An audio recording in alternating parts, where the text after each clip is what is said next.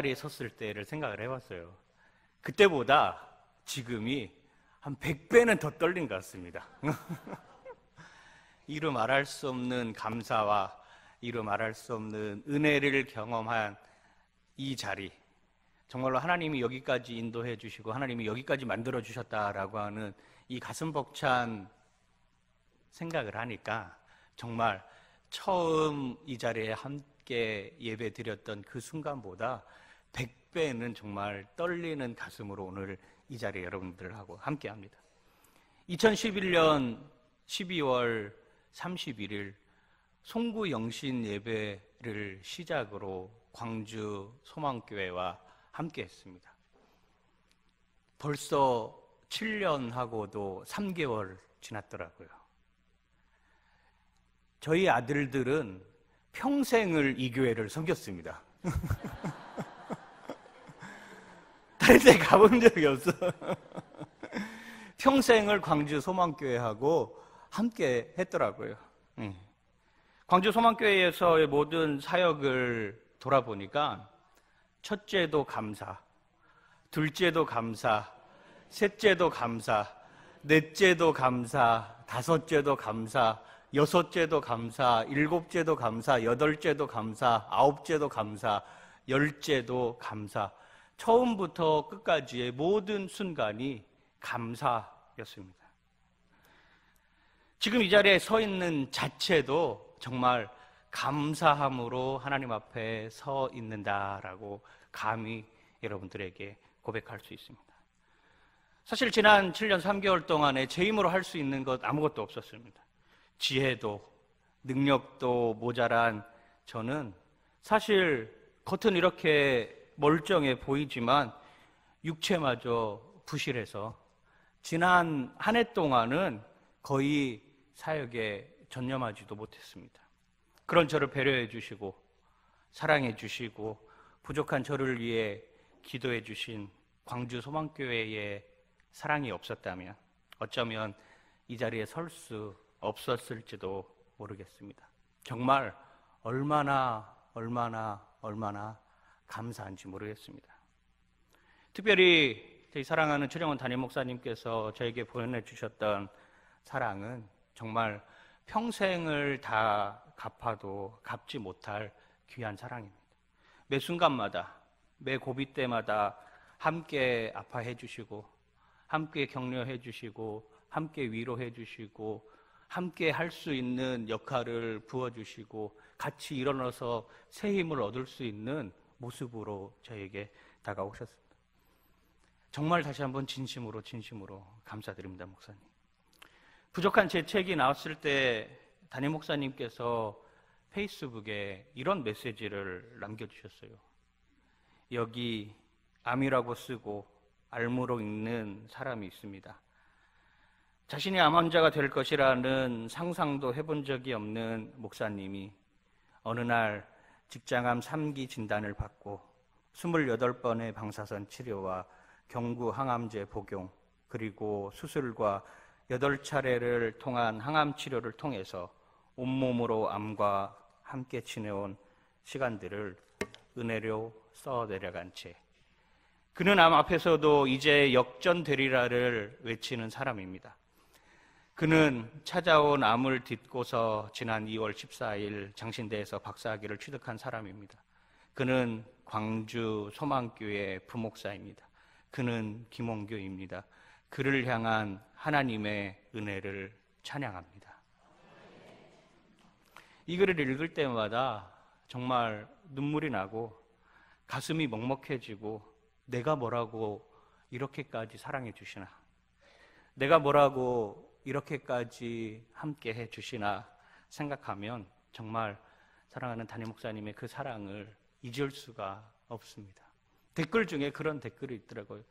역시 훌륭하신 담임 목사님과 함께 할 수 있어서 감사하다고. 훌륭하신 담임 목사님 밑에 그 부목사라고 이런 댓글이 달려 있습니다. 또 한시도 빼놓지 않고 마치 자기 자식이 아픈 것처럼 함께 기도해 주신 이미경 사모님의 기도를 통해서 이 자리에 서 있고 이 자리에 살아서 지금 여러분들 앞에 있습니다. 뿐만 아니라 저를 위해 함께 눈물 흘려 주셨던 여기 계신 여러분들이 아니었다면 여기까지 오지 못했을 것입니다.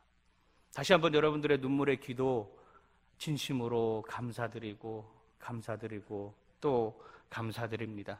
그리고 이 모든 것이 하나님의 큰 그림이었습니다. 이 모든 것이 하나님의 빅피처였더라고요. 그런 하나님께 우리 영광의 박수를 한번 올려드렸으면 좋겠습니다.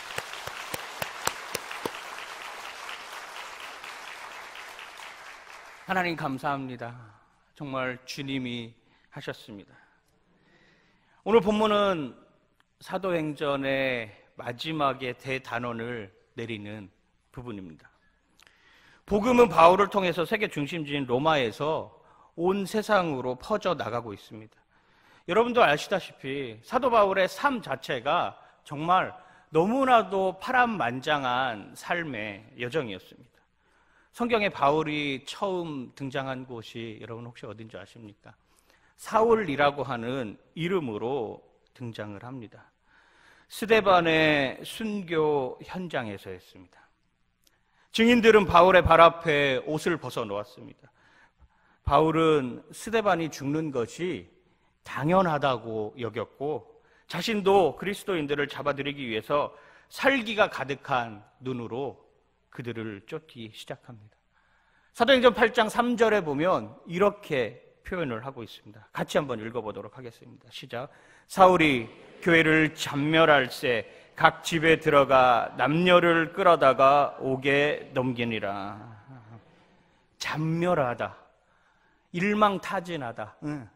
마치 무슨 공산당이 집에 있는 사람들, 군대에 가려고 하는 사람들 한 사람이라도 눈에 보이면은 잡아다가 끌어가는 이런 모습의 표현이 바로 잡멸하다라고 합니다. 흔적을 남기지도 않습니다. 이유가 없습니다. 뭐 생각할 수 있는 여지도 없고 뭔가 할 수 있는 느낌도 아무것도 없는 그런 상황. 이후 여하를 막론하고 나이와 신분에 상관없이 무조건 잡아들이는 것이 잡멸하다라고 하는 표현입니다. 9장 1절 2절에는 이렇게 표현을 하고 있습니다. 같이 읽겠습니다. 사울이 주의 제자들에 대하여 여전히 위협과 살기가 등등하여 대제사장에게 가서 다메섹 여러 회당에 가져갈 공문을 청하니 이는 만일 그 도를 따르는 사람을 만나면 남녀를 막론하고 결박하여 예루살렘으로 잡아오려 함이라. 살기가 등등했다라고 표현합니다. 어떻게 하면 내가 저놈들 죽일까? 어떻게 하면 내가 저놈들 잡아낼 것인가? 어떻게 하면은 예수를 믿는 사람들 눈에 가시 같은 저 존재를 하나도 남김없이 다 쓸어 담아 버릴까? 이거 하나로 살아갔던 사람이 바로 사울입니다. 이런 사울도 주님이 만나게 해주십니다. 그날도 다메섹으로 예수를 믿는 사람들을 잡으러 가는 그때 주님의 세미한 음성이 하늘로부터 내려오는 것이죠. 사울아 사울아 어찌하여 내가 나를 박해하느냐? 사울아 사울아 어찌하여 내가 박해하느냐라고 하는 이 음성이 들렸던 것입니다. 예수를 잡아 예수 믿는 사람들을 잡아 죽이려고 하는 그 상황 속에서 눈에 살기가 가득하여서 예수 그리스도를 믿는 사람들을 어떻게 하면 핍박할 것인가? 어떻게 하면 죽일 것인가? 어떻게 하면 감옥에 쳐 넣을 것인가? 눈에 살기가 가득한 그 바울조차도 하나님이 음성을 통해서 보여주잖아요. 사울아 사울아 어찌하여 나를 박해하느냐? 어찌하여 나를 핍박하느냐? 그 음성을 듣고 사울이 그 자리에서 꼬꾸라지기 시작합니다. 도저히 아무것도 할 수 없는 상황으로 내몰게 됩니다. 그 음성이 너무나도 강력하여서 성경의 표현에 의하면 사흘 동안 보지도 못하고 먹지도 못하고 마시지도 못했다라고 표현하고 있습니다. 내 힘으로는 도저히 감당할 수 없을 지경으로 사울을 그 바닥까지 내몰게 하는 것입니다. 혼자 힘으로 도저히 일어날 수도 없었습니다. 먹지도 못하고 마시지도 못하고 생각조차 할 수 없는 여지로 하나님께서 그 사도 바울을 꼬꾸라뜨렸습니다. 그래서 어떻게 되었습니까? 아나니아를 통해서 사울을 건져주십니다. 아무것도 할 수 없는 그 여지 속에서 아나니아의 음성을 가지고 하나님이 그를 다시 한번 살려주시는 거잖아요. 눈의 비늘을 벗겨주시는 거죠. 그러면서 다시 강력한 힘을 얻고 하나님 앞에 말씀으로 살아가는 사울의 모습을 보게 됩니다. 9장 17절에서 19절 표현해 보면 이렇게 표현합니다. 같이 한번 읽어보겠습니다. 아나니아가 떠나 그 집에 들어가서 그에게 안수하여 이르되 형제 사울아, 주 곧 내가 오는 길에서 나타나셨던 예수께서 나를 보내어 너로 다시 보게 하시고 성령으로 충만하게 하신다 하니 즉시 사울의 눈에서 비늘 같은 것이 벗어져 다시 보게 된지라. 일어나 세례를 받고 음식을 먹음에 강건하여 지니라. 아멘. 이때 다시 살아났습니다. 이때 다시 확실하게 복음의 메시지가 나에게 왔다라고 하는 것이 느껴지는 순간 그 즉시로 사울은 세례를 받고 하나님의 거침없는 복음을 전하기 시작하는 것입니다. 그 뒤로 사울은 정말 미친 듯이 복음을 전합니다. 미친 듯이 복음을 전하니까 제자들도 오히려 놀래요. 저놈이, 우리를 잡으려고 왔던 저놈이 어떻게 변화되어서 미친 듯이 이렇게 복음을 전할 수 있느냐, 도저히 믿을 수 없다. 그래서 계속 네가 사도냐, 너 우리 잡아먹으려고 한 사람들 아니냐, 유대인들도 당황하기 시작했던 모습입니다. 그의 눈에 살기는 여전했습니다.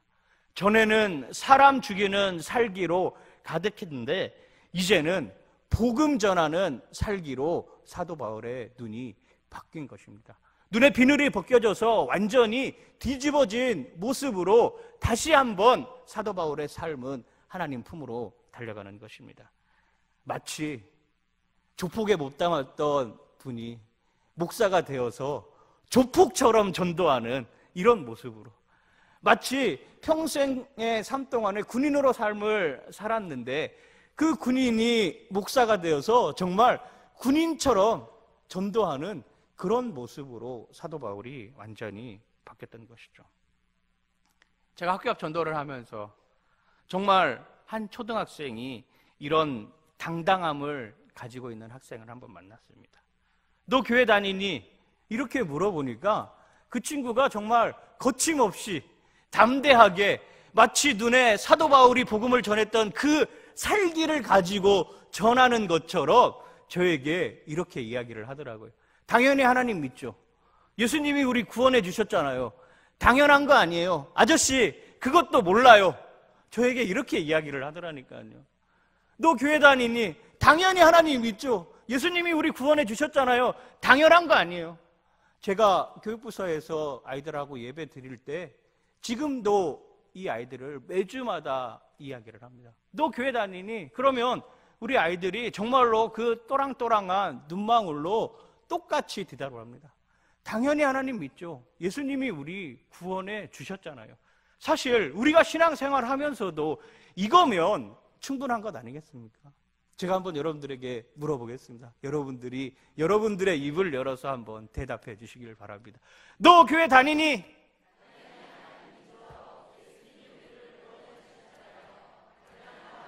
너 교회 다니니?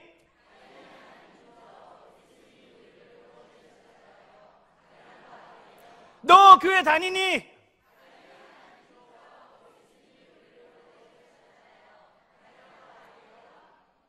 당연한, 우리가 당당하게 선포하는 이 한마디의 메시지가 세상을 변화시키는 것입니다. 이게 우리 눈에 정말로 사도 바울이 가졌던 복음의 살기로 나타날 때 우리뿐만 아니라 세상은 하나님의 말씀으로 변하게 되는 것이죠. 이게 우리의 삶을 결정짓는 참 모습이라고 하는 것이죠. 당당하게, 당연하게, 거침없이 내가 믿고 있는 하나님을 증거할 수 있고, 거침없이 내가 믿고 있는 하나님에 대해서 증언할 수 있고, 내가 믿고 있는 하나님에 대해서 증인된 삶으로 살아가는 것, 이것이 하나님을 향한 나의 증인으로서의 감사의 모습이라고 하는 것입니다. 사도행전 28장 30절에서 31절에 바울은 이렇게 고백을 합니다. 같이 한번 읽어보도록 하겠습니다. 바울이 온 이태를 자기 셋집에 머물면서 자기에게 오는 사람을 다 영접하고 하나님의 나라를 전파하며 주 예수 그리스도에 관한 모든 것을 담대하게 거침없이 가르치더라. 아멘. 이 말씀이 저에게는 이렇게 들렸어요. 그래서 한번 이렇게 바꿔봤어요. 원규는 온 2태가 될지 3태가 될지 5태가 될지 10태가 될지 잘 모르겠지만 제주도 셋집에 머물면서 자기에게 오는 사람을 다 영접하고 하나님의 나라를 전파하며 주 예수 그리스도에 관한 모든 것을 담대하게 거침없이 가르치더라. 아멘. 저에게 주어진 사도행전 29장이 될 것입니다. 사도행전은 28장으로 마지막 끝을 맺지만 저에게 주어진 또 다른 사도행전 29장의 시작은 제주도에 머물면서 2태가 될지 3태가 될지 5태가 될지 10태가 될지 평생이 될지 아직 잘 모르겠습니다. 그런데 그 셋집에 머물면서 담대하게 거침없이 예수 그리스도를 증거하고 거기에 오는 사람들을 예수 그리스도의 사랑으로 받아들일 수 있다라고 하면, 그들을 정말로 예수님의 사랑으로 영접할 수 있다라고 하면 저는 주님 앞에서 당당하게 거침없이 그 일을 감당해 내려고 합니다. 저는 이제 제주도로 새빵살이를 하러 갑니다. 그 새빵의 이름이 베이스캠프 처치입니다. 포스트코에서 광고를 하나 냈는데 그 광고 문구에 이렇게 적혀져 있더라고요. 어디로 가야 할지 모른다면 베이스캠프는 방향이 될 것이고, 어떻게 가야 할지 묻는다면 베이스캠프는 지도가 될 것이고, 계속 가야 할지 망설인다면 베이스캠프는 용기가 될 것입니다. 베이스캠프 없는 정상은 없습니다. 포스트코 광고에 나왔던 주님께로 향하는 베이스캠프, 주님께로 향하는 베이스캠프가 되어서 주님께로 향하는 사람들이 때로는 방향을 잃고 어디로 가야 할지 모를 때 그 방향을 제시해주고, 주님께로 나아가는 그 길이 어떻게 가야 할지 모르는 사람들에게는 지도의 역할을 감당해주고, 주님께로 나아가는 데 있어서 주저주저하고 머뭇거리는 사람들에게 있어서 그 베이스 캠프를 통해서 갈 길을 알려주고 용기를 북돋워 줄 줄 아는 이런 모습으로 앞으로의 사역을 시작하려고 합니다. 세상의 베이스 캠프가 되어서 주님을 담대하게 거침없이 전하는 또 한 사람의 목사로서, 또 한 사람의 사역자로서, 그리고 또 한 사람의 그리스도인으로서, 또 한 사람의 증인으로서의 삶을 살아가기로 다짐하고 약속합니다. 하나님 나라의 영광을 위해서 함께 기도해 주시기를 바랍니다. 광주 소망교회와 함께여서 정말 너무너무 행복했습니다. 사랑합니다. 그리고 감사합니다.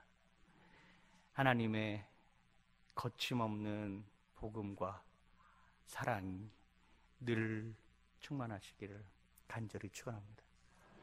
기도하겠습니다. 하나님 감사합니다. 7년 3개월 동안에 수많은 과정 속에서 하나님께 감사할 수 있도록 여건을 마련해 주심에 진심으로 감사드립니다.